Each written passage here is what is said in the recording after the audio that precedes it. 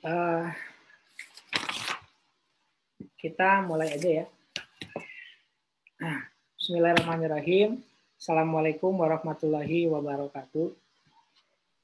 Waalaikumsalam warahmatullahi wabarakatuh.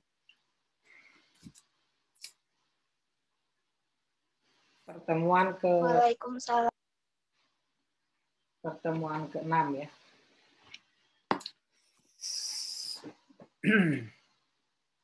Seperti biasa ya, kita review dulu pertemuan yang lalu.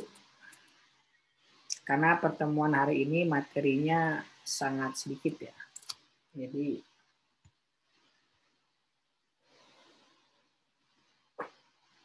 pemajakan orang asing.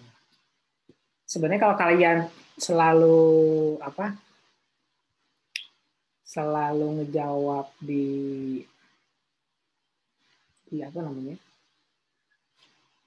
setiap pertemuan, nggak usah ujian juga kayaknya udah dapat nilai A ya kayak. Oke, pertanyaan pertama. Ini tentang bab kelima ya, pemajakan orang asing.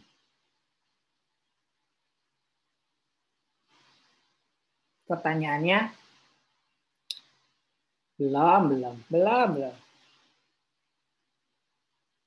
Kalem, Flatari, kalem. Ini baru beres kelas manajemen keuangan, jadi otaknya belum pindah.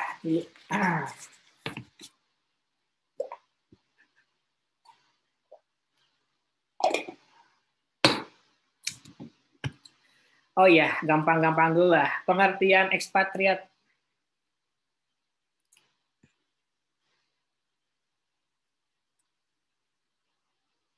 Bentar ya. Dinda.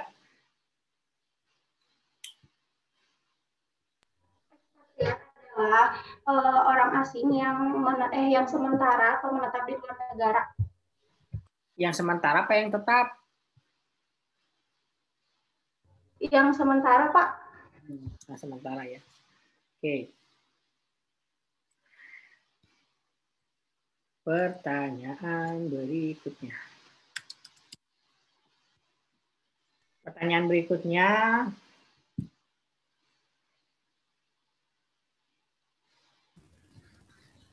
Apa syarat ya atau kondisi diperlukannya MAP? Diani. Ketika terjadi konflik, Pak. Yang kedua? Ketika terjadi konflik antara P3B dan UU PPH, terus itu aja, Pak. Ada dua ya. Coba Rama, apa yang keduanya?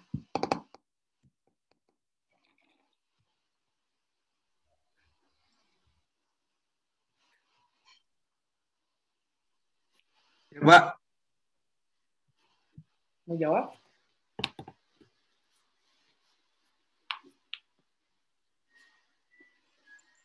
Apa jawabannya? MAP, Pak. Ya. MAP UU PPH. Kenapa? MAP, Pak. Ya.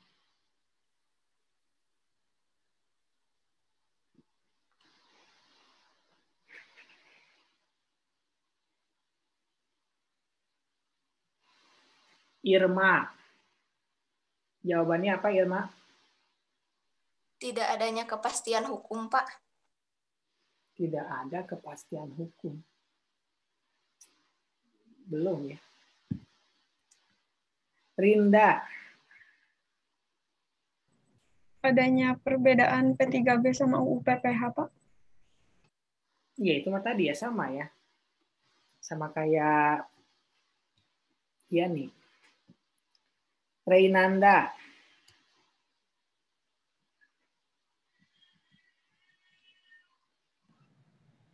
Kalau status Yang akan dipajakinya belum jelas, Pak.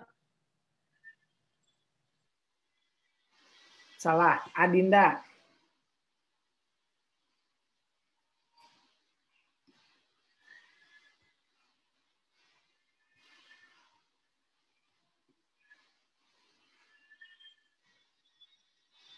Kurang tahu Pak kalau satunya lagi Pak. Flatari. Belum adanya P3B, Pak. Yang pertama apa?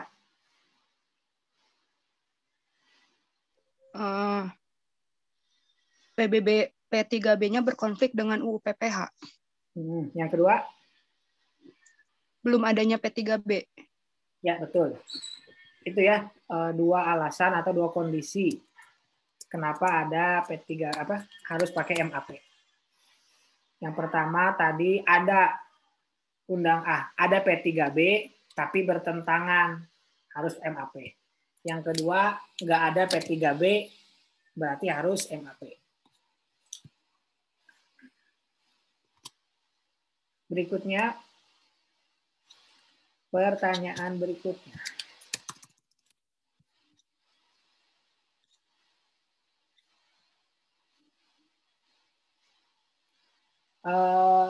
Kemungkinan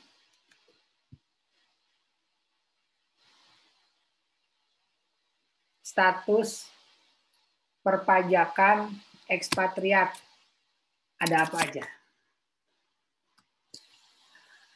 Adinda.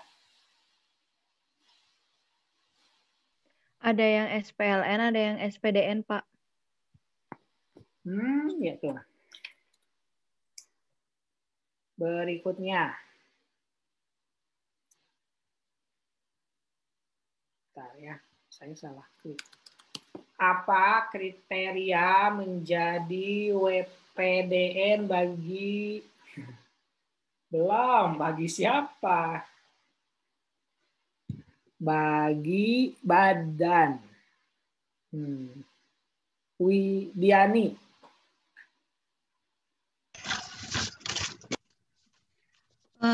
Badan yang pertama berkedudukan di Indonesia dan beroperasi di Indonesia. Terus itu Pak. Berikutnya.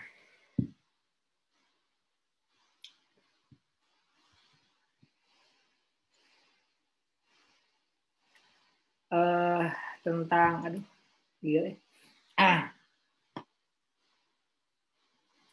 kalau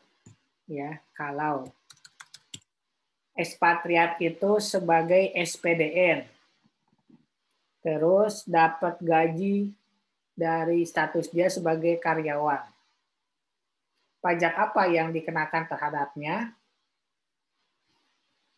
Irma. PPh pasal 21. Ya, betul. Berikutnya. Jika ekspatriat itu sebagai SPLN, kemudian yang berhak memajaki itu adalah negara kita, negara Indonesia. Diani, apa jawabannya? PPh pasal 26 bukan Pak? Ya betul ya, itu yang mau tanyain. Lanjut. Serem gini si Diani belum ada pertanyaan nggak dijawab ya. Berikutnya. Tarif. Adinda, jawab apa kamu? Maaf Pak, kepencet. Tarif WP badan yang peredaran brutonya di atas 4,8 M, di bawah 50 M. Flatari.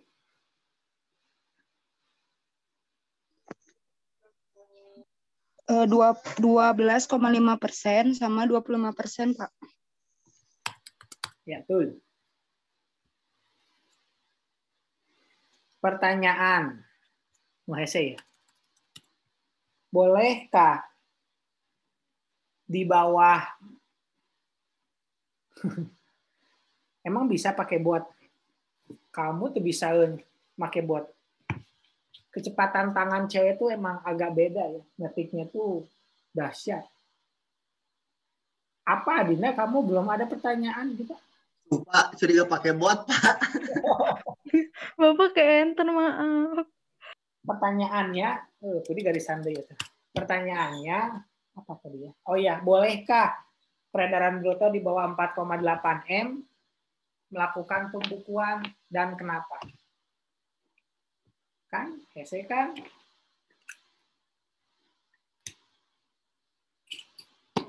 Mana tuh kamera?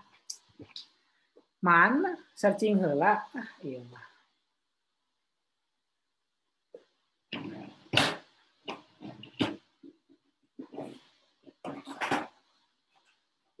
Lah, Mas Sepi, Irma. Bisa, Pak. Soalnya masuk ke pekerjaan bebas. Bukan. Fatari.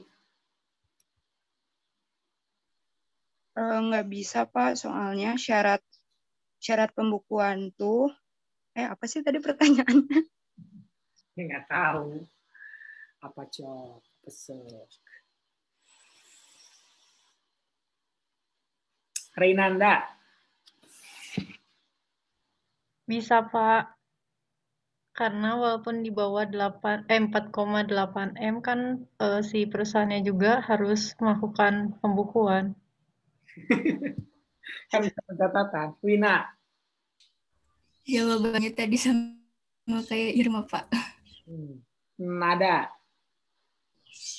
Kalau di bawah 4,8 itu boleh melakukan pembukuan asal dia pertama tuh harus melakukan pencatatan dulu gitu, Pak. Salah.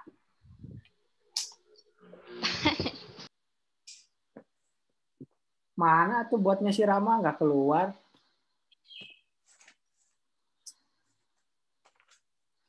Ari sepi grate asup si Rama mah. Lupa. Jawabannya adalah boleh karena apa tadi lupa ya? Karena pembukuan itu adalah pilihan bagi peredaran bruto di bawah 4,8 M, tapi merupakan kewajiban bagi peredaran bruto di atas 4,8 M. Gitu. Karena itu pilihan. Kalau pencatatan wajib bagi 4,8 M ke bawah. Begitu. Udah capek.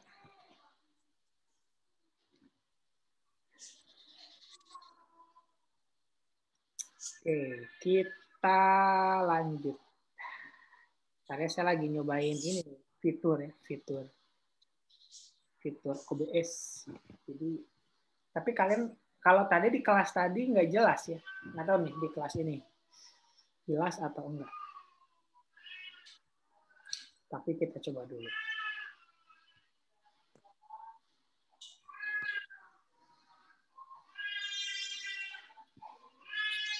Nah, kok bab 6 sih? Bab 7. Benar ya bab 6 ya? Ya, bab 6 ya.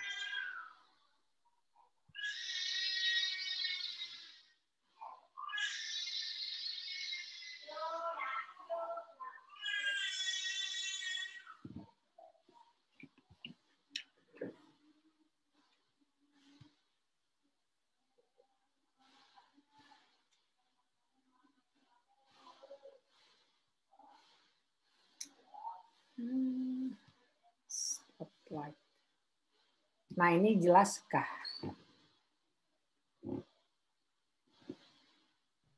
Enggak ya? Tidak jelas, Pak. Buram, Pak. Kebaca tapi Tapi kebaca ya? dari Enggak, berbagai teks tripi yang Judulnya aja, Pak, yang kebaca. Enggak, Pak, nggak kebaca. Nggak kebaca, Pak. Arwah, santai. Kalian internetnya butut berarti ya. Kalau gini, Masih. Masih, Pak. Masih, Pak. Bentar. Nah, ini baru keluar. Gini gimana? Baca, Pak. Kebaca tapi tetap Enggak, Pak. aja, Pak. Ada Nggak kayak terlalu jelas. Ada yang Baca bayang. tapi buram, Pak. Kayak itu Pak, kayak Burung, Pak. lukisan minyak Pak, jadi rada bebayang. Iya, aduh. Internet kalian berarti ya yang agak-agak ya udah.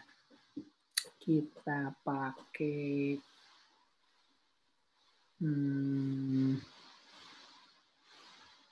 nggak usah pakai Office. Pakainya ini aja. Kok nggak nyala? Nah, itu.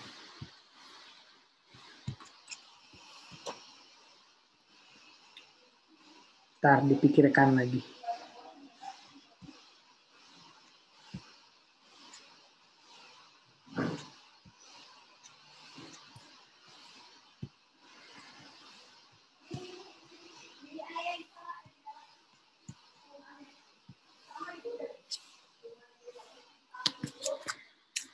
Silahkan dibaca tanggal berapa? 31. 31 itu berarti Adinda. Silakan.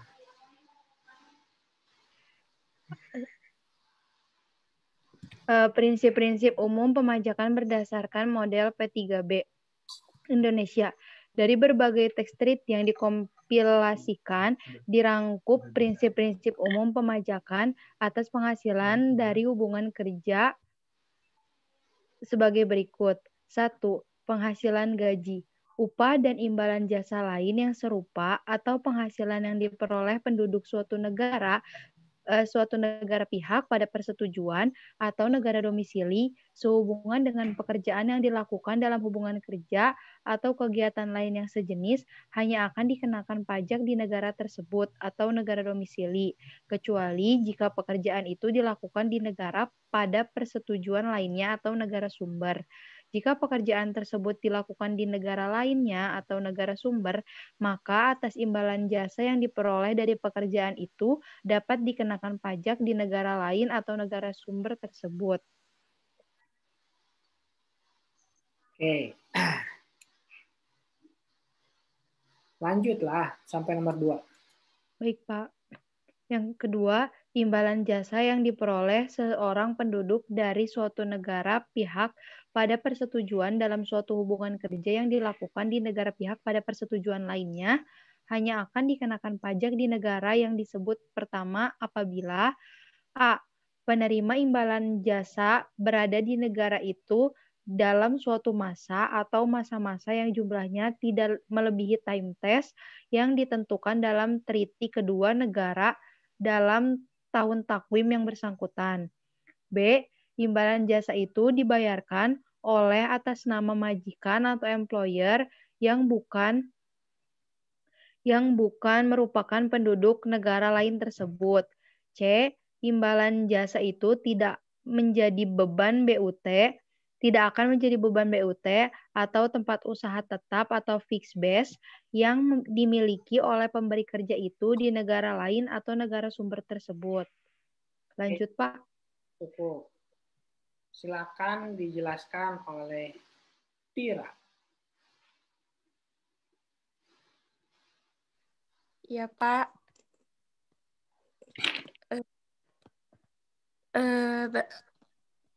Pemajakan atas penghasilan yang bekerja di luar negeri itu terdiri dari prinsip-prinsip umum pemajakan berdasarkan model P3 Indonesia.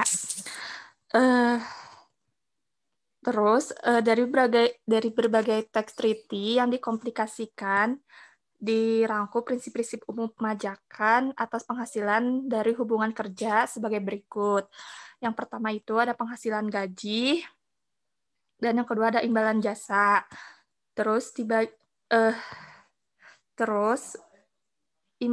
imbalan jasa yang diperoleh seorang penduduk dari suatu negara pihak pada persetujuan dalam suatu hubungan kerja yang dilakukan di negara pihak pada persetujuan lainnya itu hanya akan dikenakan pajak di negara yang disebut pertama apabila yang A. Penerima imbalan jasa berada di negara itu dalam suatu masa atau masa-masa yang jumlahnya tidak melebihi time test yang ditentukan dalam treaty kedua negara dalam tahun takwin yang bersangkutan.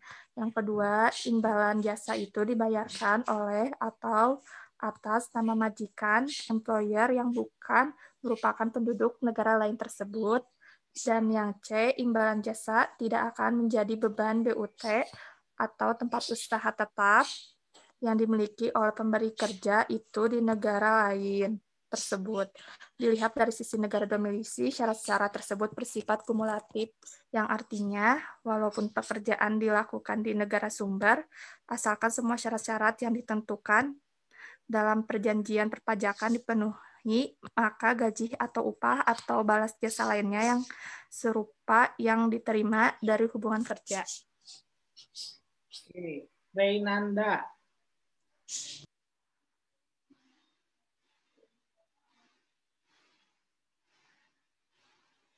Hadir Reynanda? Enggak ya? Tidak hadir. Reynanda?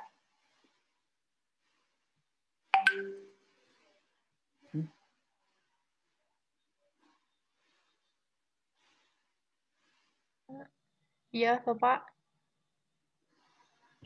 Pertanyaannya, kalau gaji siapa yang berhak memajaki? Negara sumber atau domisili? Oh, bisa diulang, Pak? Kalau gaji siapa yang berhak memajaki?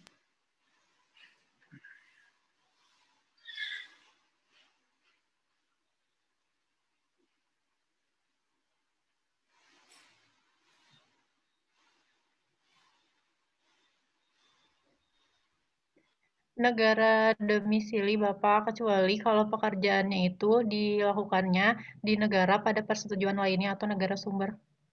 Ismi. Iya, Pak. Orang Indonesia kerja di Indonesia. Negara mana yang berhak memajaki? Negara Indonesia. Vivi. Iya, Pak. Orang Indonesia kerja di Malaysia sebagai karyawan. Siapa yang berhak memajaki? Malaysia, Pak. Kalau negara sumber.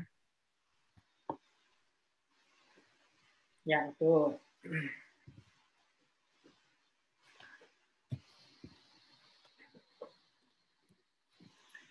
Gresi. Iya, Pak. Apa syarat agar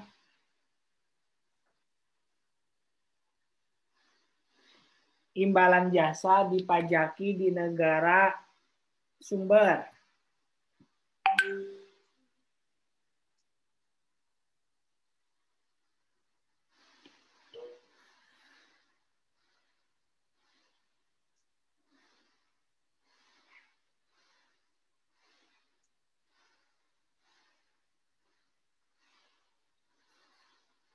Penerimaan imbalan jasa berada di negara itu dalam suatu masa atau masa-masa yang jumlahnya tidak melebihi time test yang ditentukan dalam treaty kedua negara dalam tahun takwin yang bersangkutan, Pak.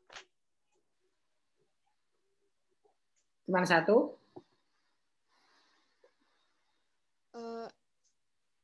Imbalan jasa itu dibayarkan oleh atau atas nama majikan atau employer yang bukan merupakan penduduk negara lain tersebut. Udah? Udah, Pak.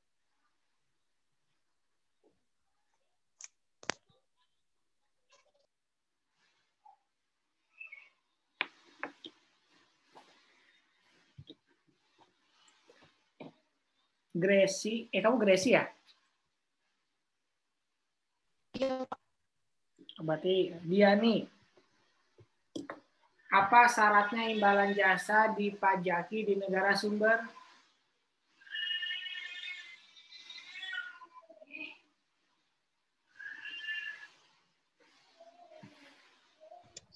Syaratnya yang pertama penerima imbalan jasa berada di negara itu dalam suatu masa atau masa-masa yang jumlahnya tidak melebihi time test yang ditentukan dalam treaty kedua negara dalam tahun takwim yang bersangkutan. Yang kedua, imbalan jasa itu dibayarkan oleh atau atas nama majikan atau employer yang bukan merupakan penduduk negara lain tersebut.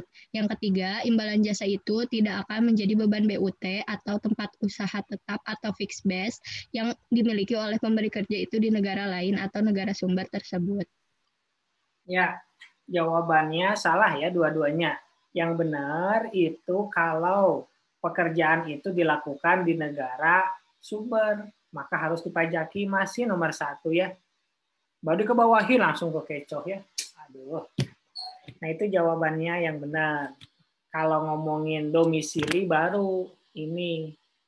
Yang 3 ini. Kalau misalkan apa syaratnya imbalan itu dipajaki di negara domisili ini, yang 3 ini gitu. Lanjut dibaca oleh Rama.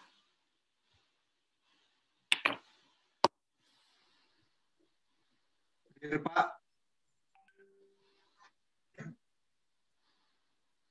Dilihat dari sisi negara domisili, syarat-syarat tersebut bersifat kumulatif. Artinya, walaupun pekerjaan dilakukan di negara sumber, asalkan semua syarat-syarat yang ditentukan dalam perjanjian perpajakan dipenuhi, maka gaji, upah, atau balas jasa lainnya serupa dengan yang diterima dari hubungan kerja hanya akan dikenakan pajak di negara domisili.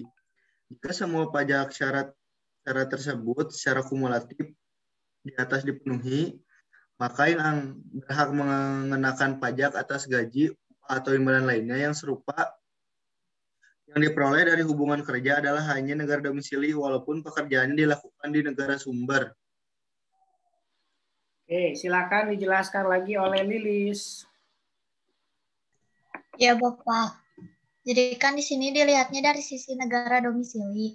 Berarti mau gaji, upah, dan jasa lainnya juga akan dikenakan pajaknya itu di negara domisili walaupun si kerjanya itu dilakukan di negara sumber tempat dia bekerja. Gitu, Pak.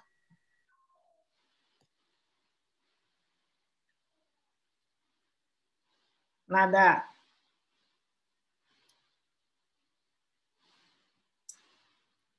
Nada. Ya. Syarat apa yang disebut kumulatif itu? Syaratnya yang mana emang? Syarat apa aja yang harus kumulatif itu?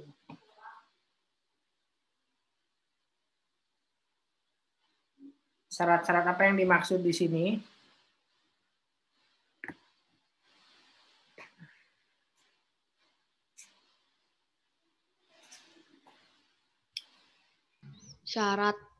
Syarat maksudnya kumulatif gitu, Pak?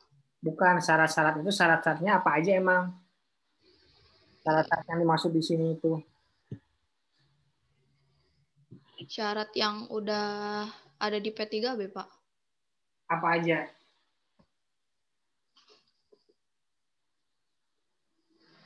Yang penerima imbalan jasa berada di negara itu dalam suatu masa atau masa-masa yang jumlahnya tidak melebihi time test, itu bukan, Pak? Apa lagi? Cuma 1. Time test yang dilakukan, yang ditentukan dalam treaty kedua negara dalam tahun takwin yang bersangkutan. Kedua, imbalan jasa itu dibayarkan oleh atau atas nama majikan atau employer yang bukan merupakan penduduk negara lain tersebut. Yang ketiga, imbalan jasa itu tidak akan menjadi beban BUT atau tempat usaha tetap atau fixed base yang dimiliki oleh pemberi kerja itu di negara lain atau negara sumber tersebut. Dinda. Iya, Pak. Kamu nggak di WC kan ini? Enggak ya? Dinda, apa maksudnya kumulatif?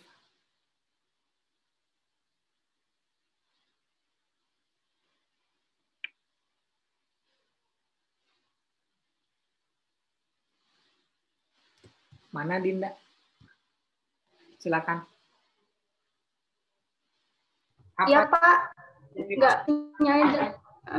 Yang dimaksud kumulatif itu apa, Dinda? Syarat-syarat kumulatif. Apa kumulatifnya, Pak? Ya, kumulatifnya. Kumulatif itu apa artinya?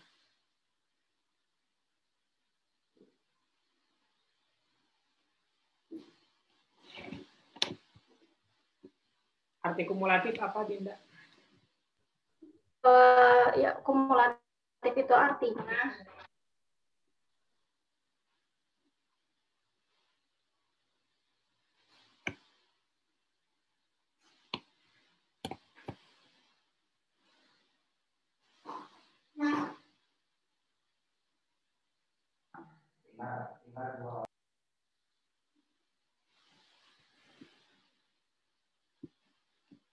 Apa?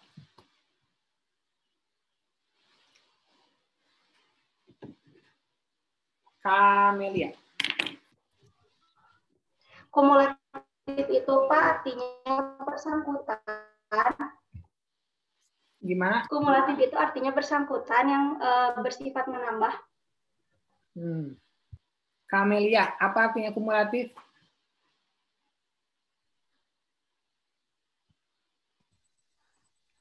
Iya, Bapak, sama gitu.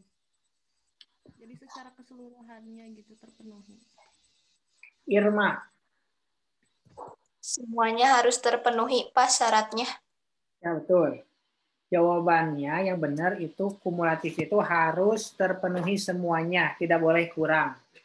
Kayak misalkan kalian menentukan kriteria pasangan. Yang pertama harus laki-laki atau perempuan gitu ya.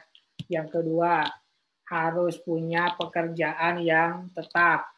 Yang ketiga misalkan harus punya tinggi minimal 168 cm. Gitu. Kemudian syarat berikutnya harus punya wajah yang tampan menurut saya gitu. Nah, itu kalau yang namanya kumulatif berarti semuanya harus terpenuhi. Nggak boleh ada yang kurang satupun. Gitu. Jadi kalau mau menentukan kriteria gitu ya, misalkan kalian mau nulis CV gitu ya, kalian jangan lupa kriterianya di bawah syarat tidak kumulatif gitu.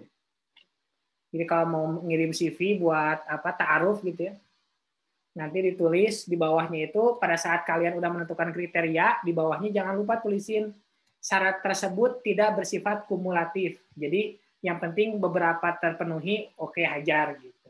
Daripada nggak ada yang mau gitu. Lanjut. Rahayu, silakan.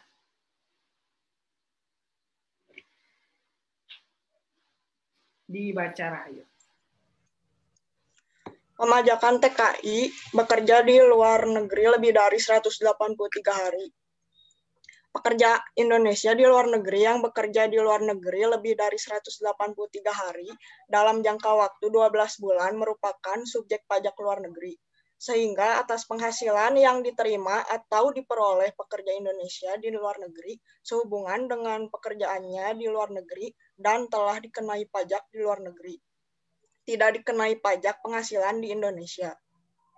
Namun, dalam hal pekerja Indonesia di luar negeri tersebut menerima atau memperoleh penghasilan dari Indonesia, maka atas penghasilan tersebut dikenai pajak penghasilan sesuai ketentuan yang berlaku. Orang pribadi yang bertempat tinggal di Indonesia yang kemudian pergi ke luar negeri tetap dianggap bertempat tinggal di Indonesia apabila keberadaannya di luar negeri berpindah-pindah dan berada di Indonesia lebih dari 183 hari dalam jangka waktu 12 bulan. Orang pribadi warga negara Indonesia yang berada di luar negeri dianggap tidak bertempat tinggal di Indonesia apabila bertempat tinggal tetap di luar negeri, yang dibuktikan dengan salah satu dokumen tanda pengenal resmi yang masih berlaku sebagai penduduk di luar negeri, yaitu yang pertama green card, kedua identity card, ketiga student card, yang keempat pengesahan alamat di luar negeri pada paspor oleh perwakilan Republik Indonesia di luar negeri. Yang kelima, surat keterangan dari Kedutaan Besar Republik Indonesia atau Kantor Perwakilan Republik Indonesia di luar negeri. Atau yang keenam, tertulis resmi di paspor oleh Kantor Imigrasi negara setempat. Ya, silakan dijelaskan lagi. Ya. Ya, Pak. Jadi, pekerja Indonesia yang kerja di luar negeri lebih dari 183 hari dalam jangka waktu 12 bulan itu merupakan subjek pajak luar negeri, sehingga penghasilan yang diterimanya dikenakan pajak di luar negeri dan tidak akan dikenakan pajak lagi di Indonesia. Lalu kalau orang pribadi yang bertempat tinggal di Indonesia pergi ke luar negeri, tetap dianggapnya tinggal di Indonesia.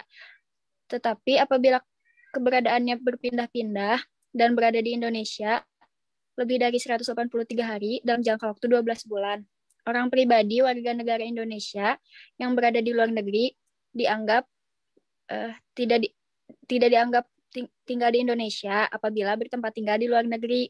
Dibuktikan dengan salah satu dokumen yang masih berlaku sebagai penduduk di luar negeri. Yang pertama ada green card, yang kedua ada identity card, yang ketiga student card, yang keempat ada pengesahan alamat di luar negeri pada paspor oleh perwakilan Republik Indonesia di luar negeri. Lalu ada surat keterangan dari Kedutaan Besar Republik Indonesia atau kantor perwakilan Republik Indonesia di luar negeri, atau tertulis resmi di paspor oleh kantor migrasi negara setempat. Nah, apa itu TKI?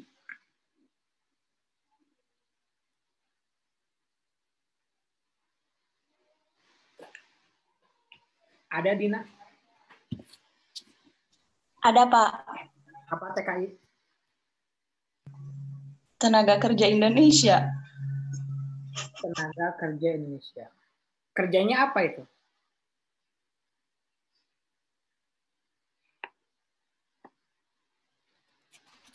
Macam-macam, Pak. Apa aja? Contohnya, sebutkan 50 gitu lah.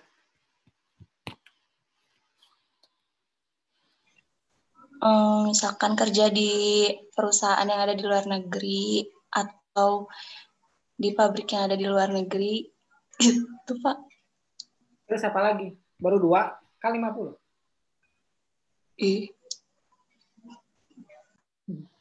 Apa? Apa lagi?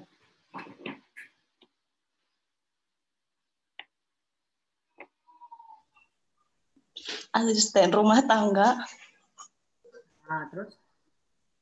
Kok aja sebutin kan 50 ya, baru 4. Banyak atuh, Pak. Ya apa banyak? Kamu banyak tapi baru 4. Kalau banyak udah 10, tak baru. Apa lagi coba?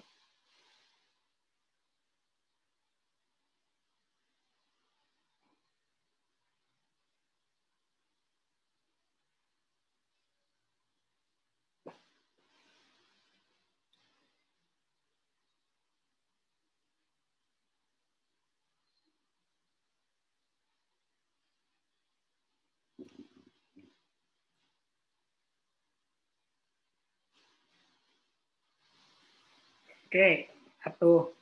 Banyak tapi cuma 4 ya. Kayak Revita.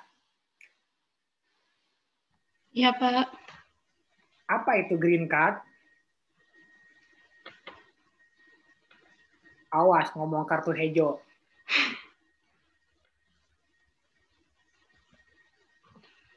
Status keimigrasian, bukan, Pak? Status keimigrasian. Apa fungsinya green card?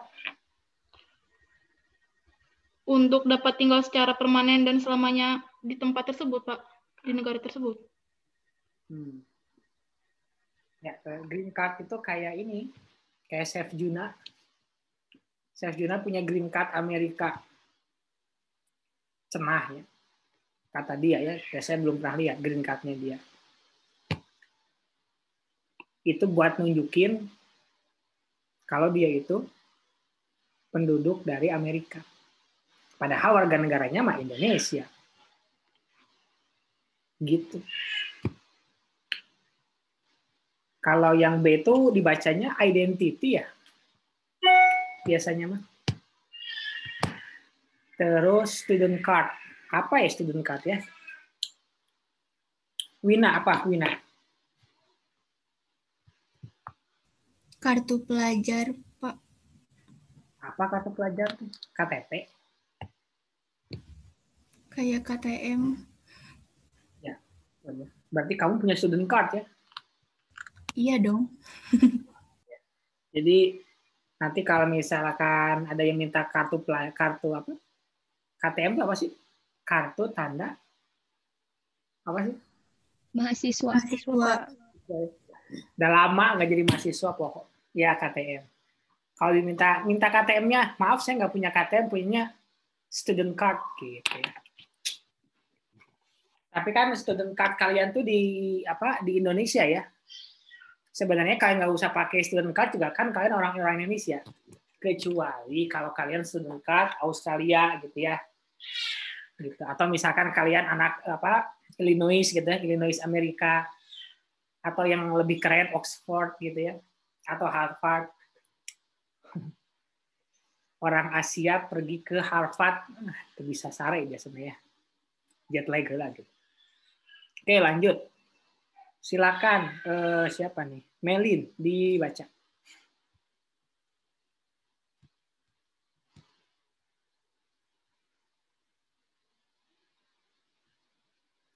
Mana Melin? Nggak ada. Ada, Pak. Gimana? Untuk kepentingan administrasi perpajakan tenaga kerja Indonesia yang sebelumnya sudah terdaftar sebagai wajib pajak orang pribadi di Indonesia dan memiliki NPWP dapat dinyatakan sebagai wajib pajak non-efektif. Wajib pajak non-efektif atau WPNE adalah wajib pajak yang tidak melakukan pemenuhan kewajiban perpajakannya, baik berupa pembayaran maupun penyampaian surat pemberitahuan masa atau SPT masa, dan atau surat pemberitahuan tahunan SPT tahunan sesuai dengan ketentuan peraturan perundang-undangan perpajakan yang nantinya dapat diaktifkan kembali. Permohonan WPNE akan diselesaikan dalam jangka waktu 10 hari kerja setelah permohonan diterima secara lengkap. Bagi wajib pajak yang telah mendapatkan label NE tetap tercantum dalam master file wajib pajak dengan ketentuan sebagai berikut. A. Tidak diterbitkan surat teguran sekalipun wajib pajak tidak menyampaikan SPT masa atau SPT tahunan.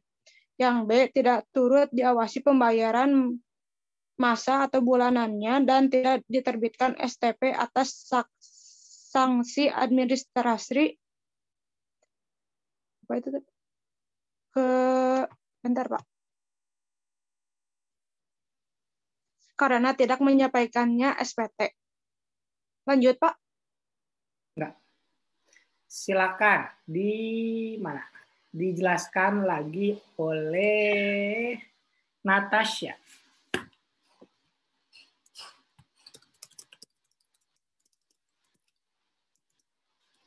Baik, Pak.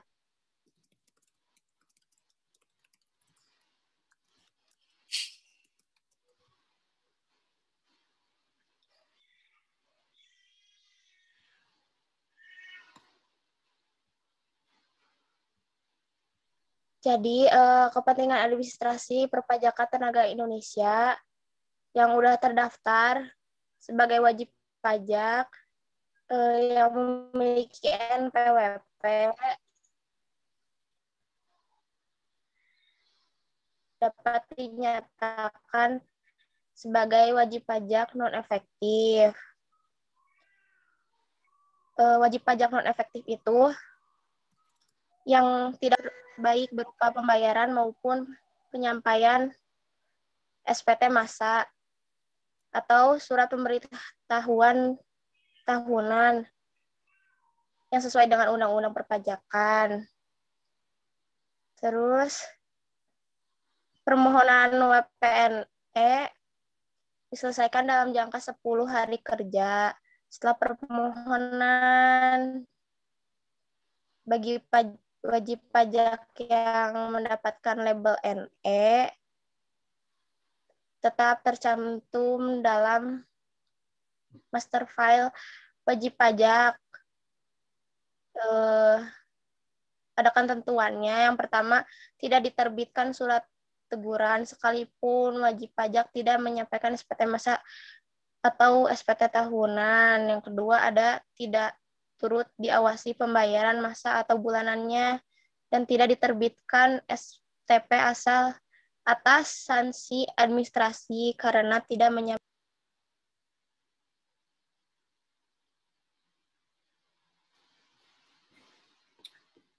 Malida. Iya, Pak. Apa bedanya wajib pajak non-efektif sama wajib pajak efektif? Kalau wajib pajak non-efektif mah asalnya kan orang misalnya orang Indonesia terus kerja ke luar negeri. Terus jadi dia wajib pajaknya nggak efektif lagi karena udah bekerja di luar negeri, karena pemungutan pajaknya di luar negeri. Kalau wajib pajak efektif mah kayak kita sekarang tinggal di Indonesia, terus masih di Indonesia, kerja di Indonesia, jadi efektifnya di Indonesia gitu. Itu mah kayaknya penjelasan WPDN, WPLN. Coba Rinda.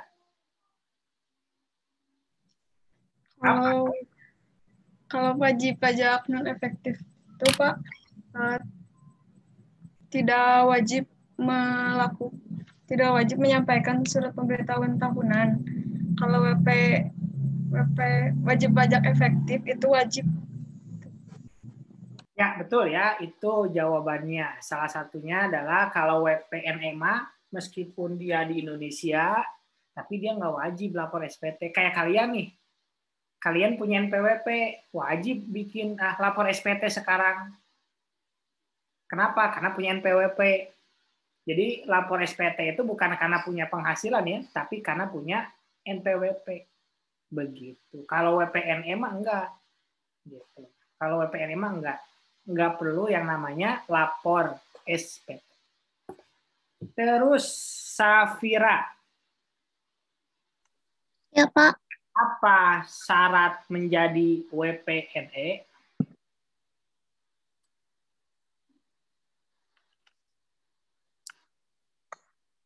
Syaratnya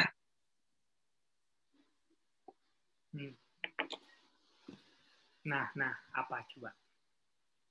udah terdaftar sebagai wajib pajak pribadi di Indonesia dan memiliki NPWP. Terus? Dan ya. Udah gitu aja. Kayaknya banyak deh.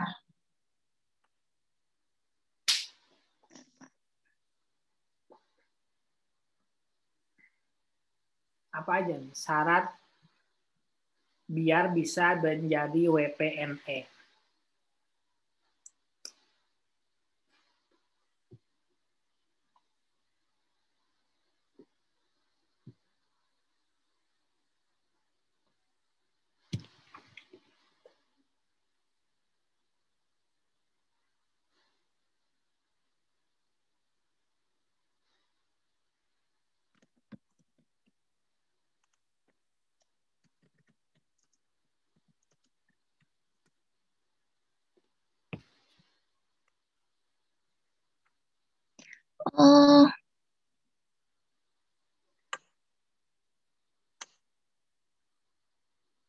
WP orang pribadi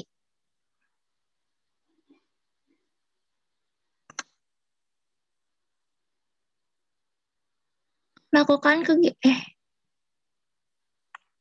tidak diterbitkan ini bukan Pak, tidak diterbitkan surat teguran sekalipun. Bukan. Coba Dea Aviana.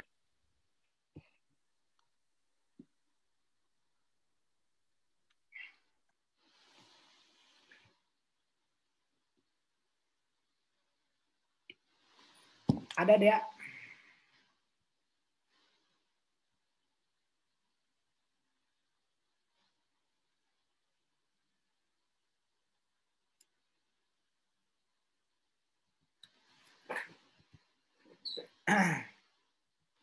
Dea Viana nggak ada? Yasinta.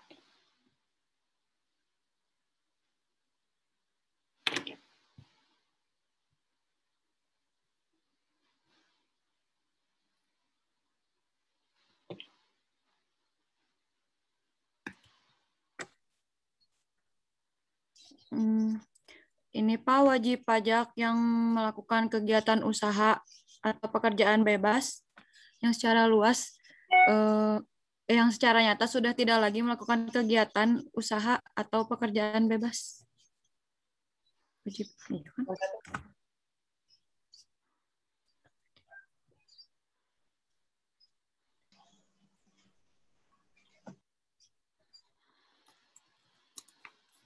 Cuma satu ya, Sinta. Ada lagi?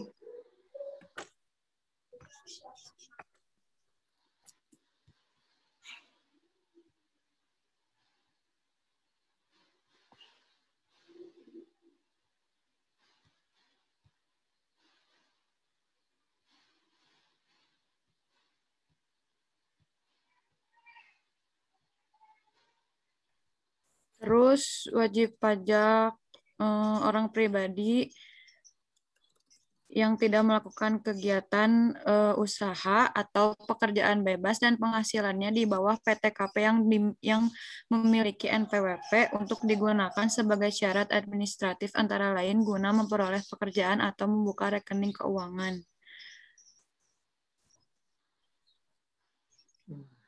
Banyak, Pak. Iya, dibacain. Nah. Ya, oke. Terus wajib pajak orang pribadi yang tidak melakukan kegiatan usaha atau pekerjaan bebas dan penghasilannya di bawah penghasilan tidak kena pajak. Terus wajib pajak orang pribadi yang bertempat tinggal atau berada di luar negeri lebih dari 183 hari dalam jangka waktu 12 bulan yang telah dibuktikan menjadi subjek pajak luar negeri sesuai ketentuan peraturan perundang-undangan di bidang perpajakan dan tidak bermaksud meninggalkan Indonesia untuk selama-lamanya. Terus wajib pajak yang mengajukan permohonan penghapusan NPWP dan belum diterbitkan keputusan. Terus wajib pajak yang tidak menyampaikan surat pemberitahuan atau SPT dan atau tidak ada transaksi pembayaran pajak baik melalui pembayaran sendiri atau melalui pemotongan atau pemungutan pihak lain selama 2 tahun berturut-turut.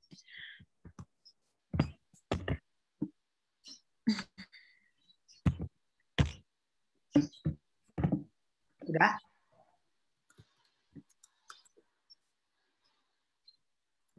Terus wajib pajak yang tidak memenuhi ketentuan mengenai kelengkapan dokumen pendaftaran NPWP. Terus wajib pajak yang tidak diketahui alamatnya berdasarkan penelitian lapangan. Terus instansi pemerintah yang tidak memenuhi persyaratan sebagai pemotong dan atau pemungut pajak namun belum dilakukan penghapusan NPWP. Terus wajib pajak selain sebagaimana disebutkan di atas yang tidak lagi memenuhi persyaratan subjektif dan atau objektif tetapi belum dilakukan penghapusan NPWP. Udah. Nah, itu ya wajib pajak non-efektif. Berikutnya Sofi. Iya, Pak. Gimana caranya biar bisa jadi WPNE?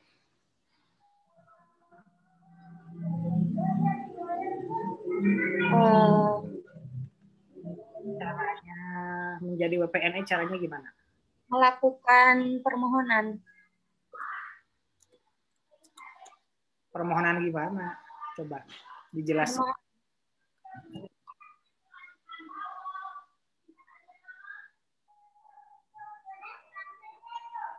Coba.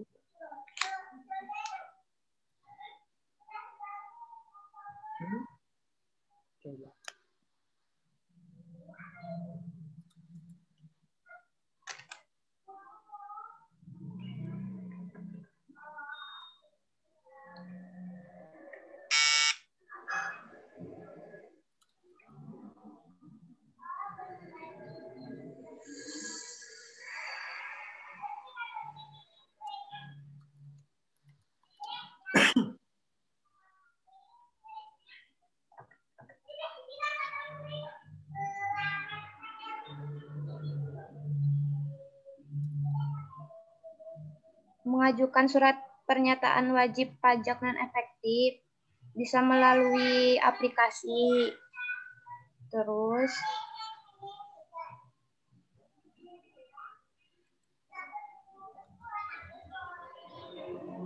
Terus? Sebelum mulai pengajuan permohonan harus memenuhi kriteria dulu. Sama dokumen pendukung.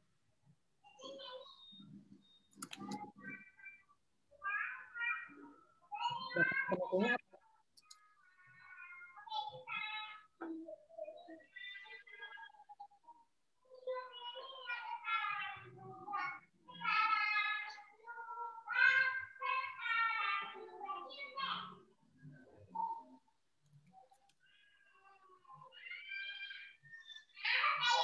Terus bisa juga langsung datang ke kantor pajaknya. Dokumen pendukungnya nggak dapat? Surat pendukungnya, bentar Pak.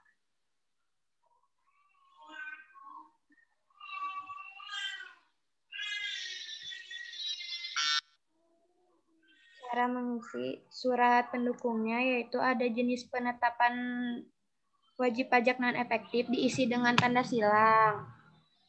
Pada kotak permohonan wajib pajak jika formulir diisi dan ditandatangani oleh wajib pajak, atau kotak penetapan secara jabatan jika formulir diisi dan ditandatangani oleh petugas.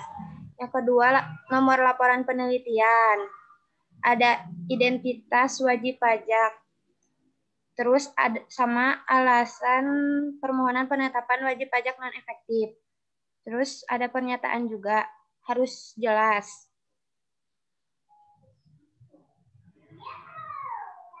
Terus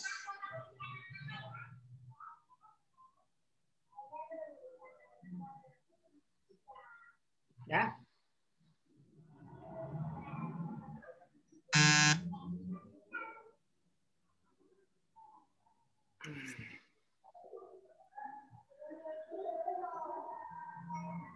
Udah, Pak.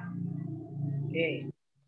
Nah, itu untuk yang WPNE itu nggak selamanya yang di luar negeri ya. Bisa gara-gara meninggal. Yang meninggal juga sama. Harus jadiin WPNE biar nggak ditagih lagi. Setelah itu, ada syarat lain kayak di bawah PTKP terus-terusan atau tidak lagi menjalankan usaha dan lain-lain yang tadi udah disebutin sama Yasinta. Kalau syarat-syarat tersebut terpenuhi, maka bisa mengajukan sebagaimana yang dijelaskan oleh Sophie. Datang, atau misalkan sekarang ada online, atau sekarang bisa ngisi download ya, download formulirnya di DJP, GoID, terus di-download, terus diisi. Gitu ya. Saya ada nih kalau mau. Tapi kan kalian belum termasuk WPNE ya. Oke, lanjut. Dea, Ega, Pra, Tiwi.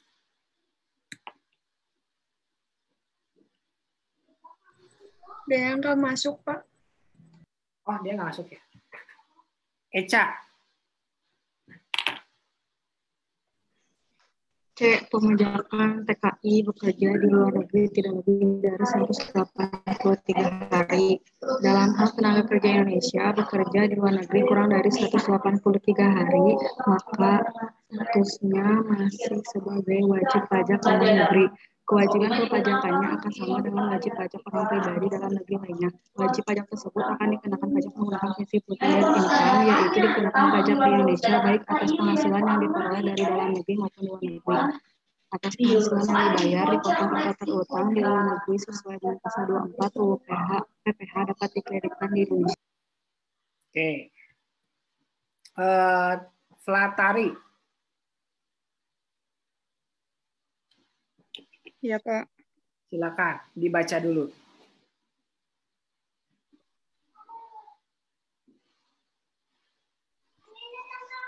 Dibaca. D. Pajak pemajakan atas penghasilan karyawan. Pasal 15 OECD model mengatur mengenai penghasilan dari dependent personal service atau income from employment, mengatakan bahwa penghasilan yang diperoleh dari pelayanan yang berasal dari hubungan kerja yaitu antara lain gaji, upah, dan remunerisasi lainnya sehubungan dengan pekerjaan. Hak pemajakan atas penghasilan dari pekerjaan secara umum diatur bahwa penghasilan dari pekerjaan yang diperoleh oleh orang pribadi hanya dikenakan pajak di negara domisili. Hak pemajakan ini dapat juga menjadi hak negara sumber apabila pekerjaan tersebut dilakukan di negara sumber. Hal ini berbeda perlakuan pajaknya terhadap penghasilan direktur. Walaupun penghasilan direktur termasuk kategori penghasilan karyawan, tetapi tidak pengenaan pajaknya ada pada negara sumber. Pasal 16 ayat 1 OECD model mengatur tentang hal ini sebagaimana yang dimaksud penghasilan seorang direktur dan pembayaran-pembayaran sejenis yang diterima oleh seorang penduduk negara domisili dalam kapasitasnya sebagai anggota dewan direksi dari suatu perseroan yang berkedudukan di negara sumber dapat dikenakan pajak di negara sumber. Contohnya dibacain, Pak. Contoh, sebuah perusahaan PMA PT Langit Biru Terang bergerak dalam usaha manufaktur di Bandung. Mr. John bekerja sebagai direktur keuangan, sedangkan Mr. Smith sebagai manajer produksi perusahaan. Keduanya merupakan warga negara Inggris dan bekerja di Bandung selama 60 hari. Mr. John menerima gaji 600 juta, sedangkan Mr. Smith menerima 200 juta. Apa dan bagaimana kewajiban perpajakan PT LBT atas gaji yang dibayarkan terhadap Mr. John dan Mr. Smith? Penyelesaiannya dalam kasus ini sesuai P3B Indonesia dengan Inggris pasal 15 dan pasal 16 disimpulkan bahwa penghasilan berupa gaji, upah, dan lain-lain yang diterima penduduk Inggris sehubungan dengan pekerjaan di Indonesia dapat dikenakan pajak di Indonesia sepanjang pekerjaannya melebihi 183 hari dalam periode 12 bulan. Sementara atas pembayaran kepada direktur pada perusahaan di Indonesia yang merupakan penduduk Inggris dapat dikenakan pajak di Indonesia tanpa perlu melihat time test. Dengan demikian, kewajiban PT LBT sebagai berikut. A. Atas penghasilan yang dibayar kepada Mr. John sebagai seorang direktur kalau bekerja kurang dari time test hanya 60 hari.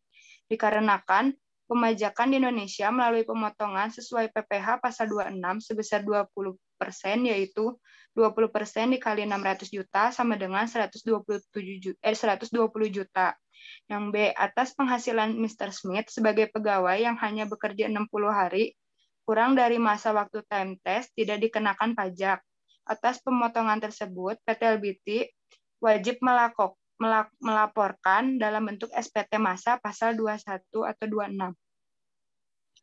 Oke, sekarang pemajakan TKI bekerja di luar negeri.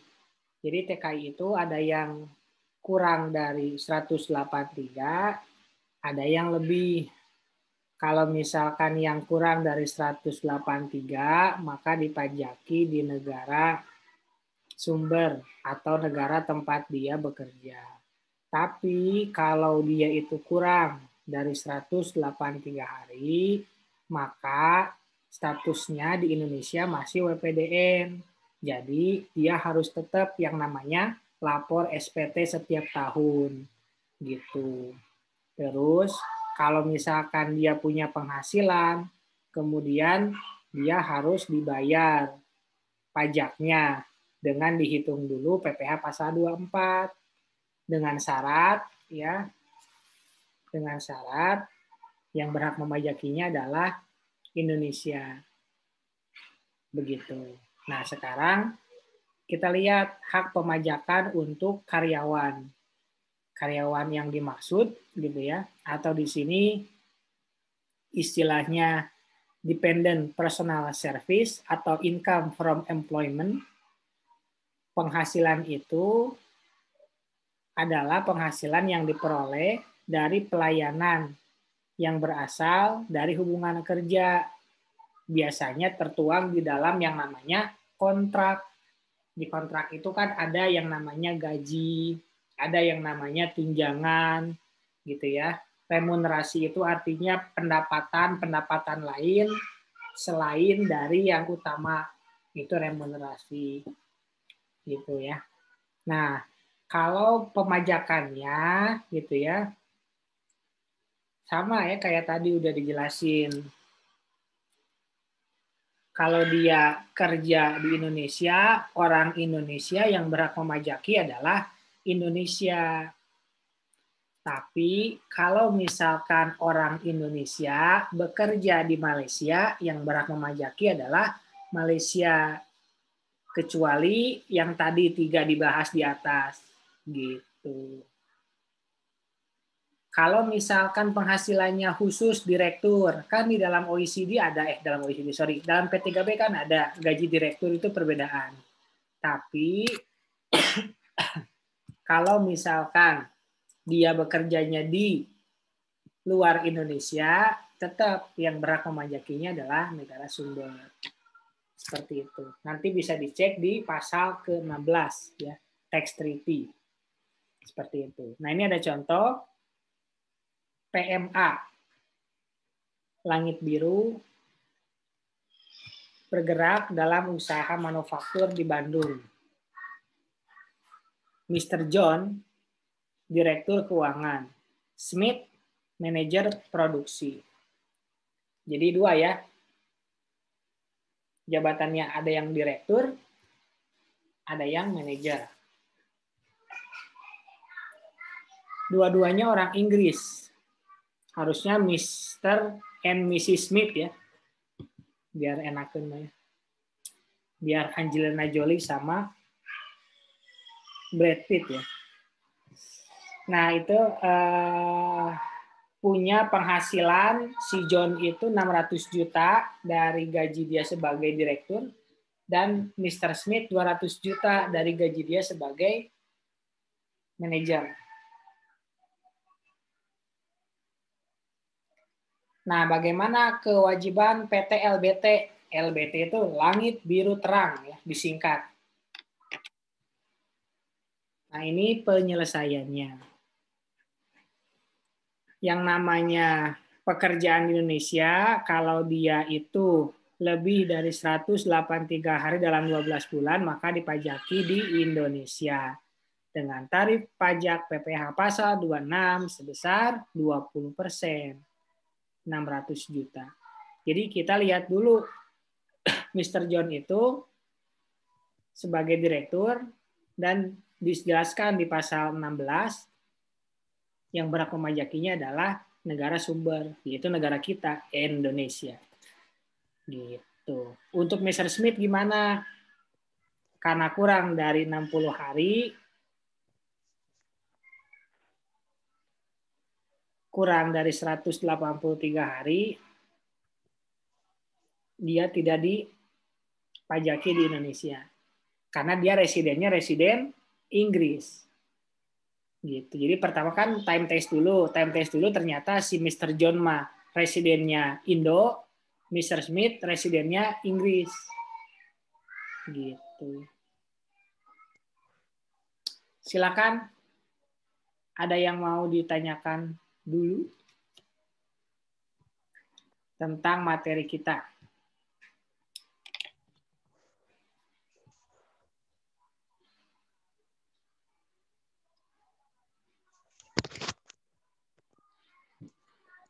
Kita bentar lagi UTS ya. Berarti kalian UTS-nya lagi bulan puasa ya. Jadi kalau nyontek dosanya berkali-kali lipat. Gitu.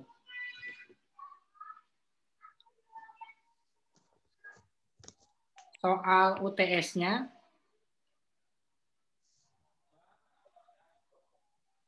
saya belum tahu apakah PG atau esai. Tapi kayaknya kalau kelas ini sih pengennya pasti esai ya. Jadi yang namanya esai itu gampang,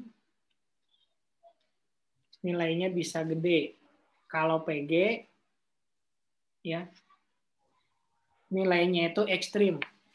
Kalau nggak bagus banget, jelek banget. Gitu. Oke, ada yang mau ditanyakan sebelum kita akhiri? Jangan lupa waktunya masih ada, mungkin berapa menit lagi ya? 30 menitan lagi ya. Tugasnya udah dimasukkan di classroom, jadi bisa langsung dikerjakan ya, sambil mengisi waktu luang sebelum nonton Korea Vincenzo.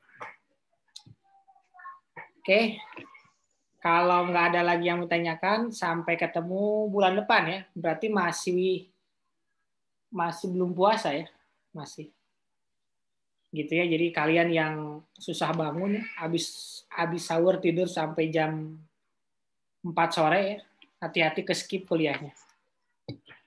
Apalagi kuliah yang jam 7 tuh, pasti nih saya pengen tahu nih nanti 1 minggu ya. Pada skip nggak kuliahnya? Apa jangan-jangan saya yang skip? Nah, ketiduran. Ya, kalau nggak ada yang mau tanyain, kita ketemu di pertemuan yang akan datang. Terima kasih semuanya. Assalamualaikum warahmatullahi wabarakatuh. Waalaikumsalam warahmatullahi wabarakatuh. Terima kasih, Bapak.